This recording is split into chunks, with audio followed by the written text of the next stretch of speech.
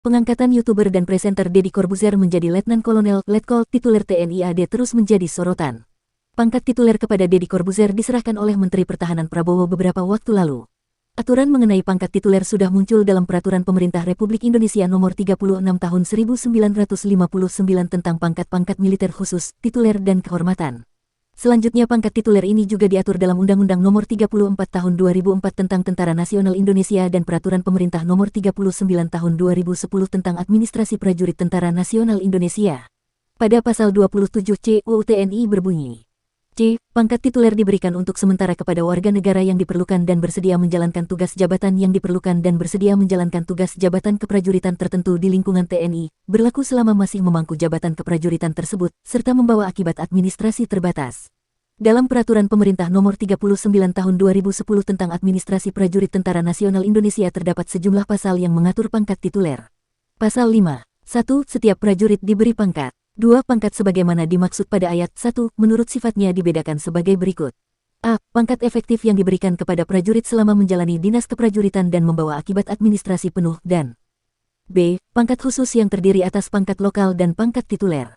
Penjelasan pasal 5 ayat 2 huruf B dalam PP No 39/2010 adalah sebagai berikut. Yang dimaksud dengan pangkat tituler adalah pangkat yang diberikan kepada warga negara yang sepadan dengan jabatan keprajuritan yang dipangkunya dan serendah-rendahnya Letnan 2.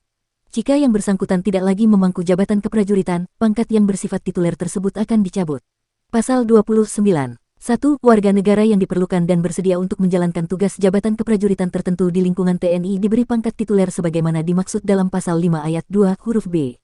2. Penggunaan pangkat tituler hanya berlaku selama yang bersangkutan memangku jabatan keprajuritan yang menjadi dasar pemberian pangkat tersebut dan mendapat perlakuan administrasi terbatas.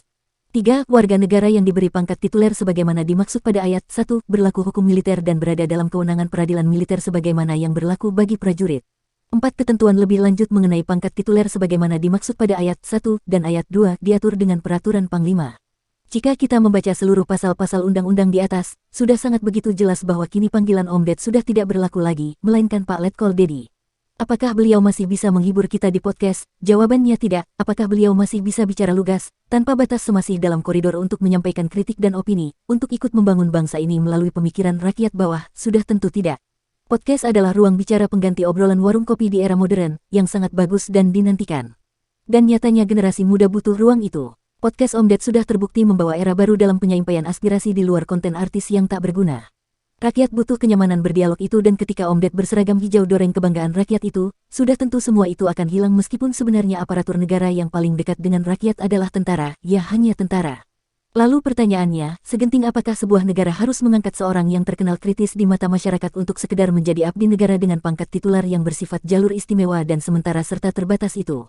Yang pasti kita akan kehilangan sosok Om Ded, dan semoga kita tidak kehilangan jati diri beliau yang selalu kita banggakan dan nantikan, amin. Saya yakin Om Ded punya cara lain atau celah untuk tetap menjadi Om Ded yang dulu, cie, namun ingat di situ ada rantai komando yang tidak bisa dipotong sembarangan dan bahkan dilawan. Rakyat.